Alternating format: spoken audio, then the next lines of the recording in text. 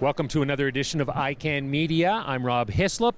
We've got sort of like a makeshift set up for us here at the Western Colorado display. And joining us right now is Diane Schwenke. Thanks very much for being with us. You bet. Thank you for having me here. So you're with Western Colorado. Tell us which group you're with specifically. So we're actually a delegation from Western Colorado of local governments, economic development organizations, and private businesses. And so we're at the show to do a lot of different things.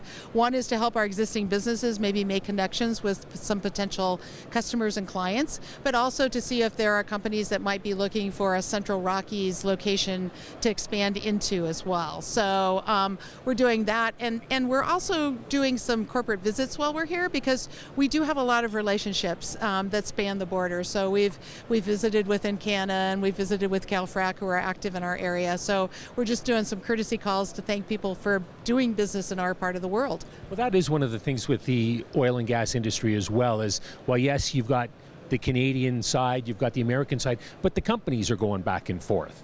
Absolutely, and so there's Encana probably is a good example. Encana is active in the Piceance space in our area, and they're also corporately located here in Calgary, and yet we see staff from both sides. I mean, we see people from all of their different divisions. So, you know, that border is a lot less of a border than it may have been perceived even a few years ago, and particularly when you look at NAFTA and the free trade and all the things that we've got going on in North America and globally. It is a global economy. Now, your industry is very similar to what we've got here in Alberta. I'm just looking at the pictures over here as well, where you've got a mountain biker coming down a hill. I mean, even the climate and the landscape is similar in Colorado as to what we have here in Alberta. Talk to us about the importance or some of the steps that might be being taken to protect the environment. Well, and I think Colorado is a state that has led the nation in terms of rules and regulations that are very built upon sustainable industry and sustainable environment. So we have had good working relationships between industry, the environmental community, and the state government in terms of promulgating the rules and regulations that can help the industry adopt and innovate into some best practices that a lot of times are more efficient overall, while protecting our water and our air. And as we say, we all drink the water, we're all breathing the air, we're all concerned about those things. So Colorado has really taken a lead in the last 5 to 8 years in terms of those regulations, and actually they serve as models for other places and other states in the United States in particular in terms of how to regulate the industry so that we have a sustainable environment. Would you know what sort of policies, because if I remember correctly, Alaska has a policy where it's zero stain. You're not even allowed to leave a drop of anything behind, any fluids from drilling rigs or anything like that. And there are products that make that possible. Is that something that you could see your state going towards, or is it something that it's already doing? I think we are already doing that. We were the first state, for instance, to require the industry to reveal what's in fracking fluid. We were the first in terms of when it comes to, in the United States, the Environmental Protection Agency has issued some new air quality standards, and we already had a lot of those in place. So, you know, I think in terms of it's difficult to mitigate even that one drop, but we've been doing that fairly consistently for the last few years. And a lot of the innovations in terms of cleanup, I think, has also come from the state of Colorado. When you hear some of the stuff that comes from environmentalists and groups that are against oil, basically, and maybe your state doesn't fall under it quite as much as Alberta does with the oil sands as well, but there seems to be a general movement out there where people are stopping projects from happening, the Keystone XL, Northern Gateway here in Canada. How do you, I don't know if you can ever change their mind, but how do you try to convince them that you are doing everything you can to make this as safe an industry as possible? Well, I think education is a big piece of that. And for instance, you know, I'm a local chamber of commerce with 1,000 small businesses, but a lot of those businesses are not in the industry.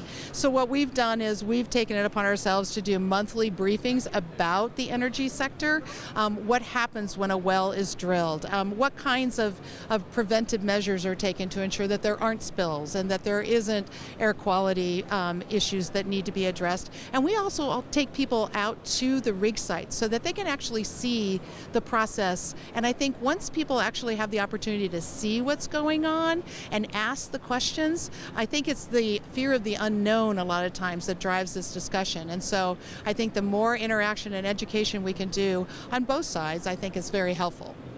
Now, how is the state doing when it comes to, I guess, oil and gas production right now because of the way things are going globally? How is your state coping with that? Well, obviously, we're part of the global economy, and we've seen a decline in rig counts and wells being drilled and all of the rest of it because of commodity prices. And what we've done is the state actually has had a long policy, and we have locally as well, to try and diversify the economy so that we have areas that are not subject to the fluctuations of commodity prices.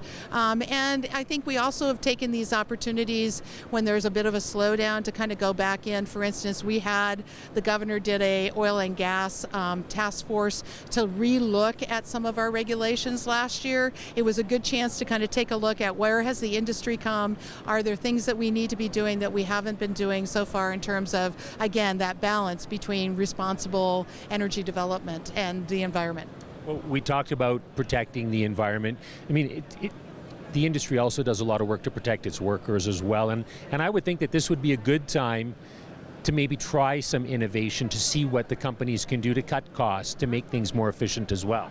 I think that's obviously true. And I mean, I think I see a lot of innovation that happens in this industry that I think people are unaware of that then have applications out there in just in general. For instance, the use of solar panels to do remote monitoring of wells. And so some of the technology around solar panels, because people think that, your sources of energies are separate and that you're either an oil and gas person or you're a solar person or you're a wind person and you're renewable or you're not, but there's a lot of integration between the renewable energies and the fossil fuels and the unconventional fuels, and I think we've seen some of those innovations happening in terms of the monitoring. And we have a company in our community, Olson, for instance, that's going to the next level, and we're using the unmanned drones to do monitoring and being able to kind of be the eye in the sky for some of our remote locations.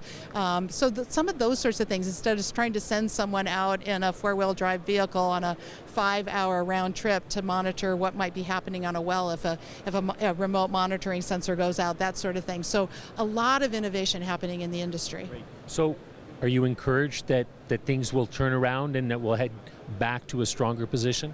Oh, I think so. I mean, the reality is that, the demand for energy is only going up worldwide. And so the market is growing, and, this is a cyclical industry. Commodity prices have driven this industry forever. They're going to continue to do that. We go down, but we also go up. And so overall, I'm very positive that we're going to see this industry come back and that we're going to be able to see more in terms of some of the global trading, LNG, exporting, for instance, from North America to locations like Japan that doesn't have that resource. So I think overall the markets are there and the commodity is there, and we will see an uptick. Diane, thank you so much for your time. Sure, you bet. Thank you. You've been chatting with Diane Schwenke from Western Colorado here on ICANN Media.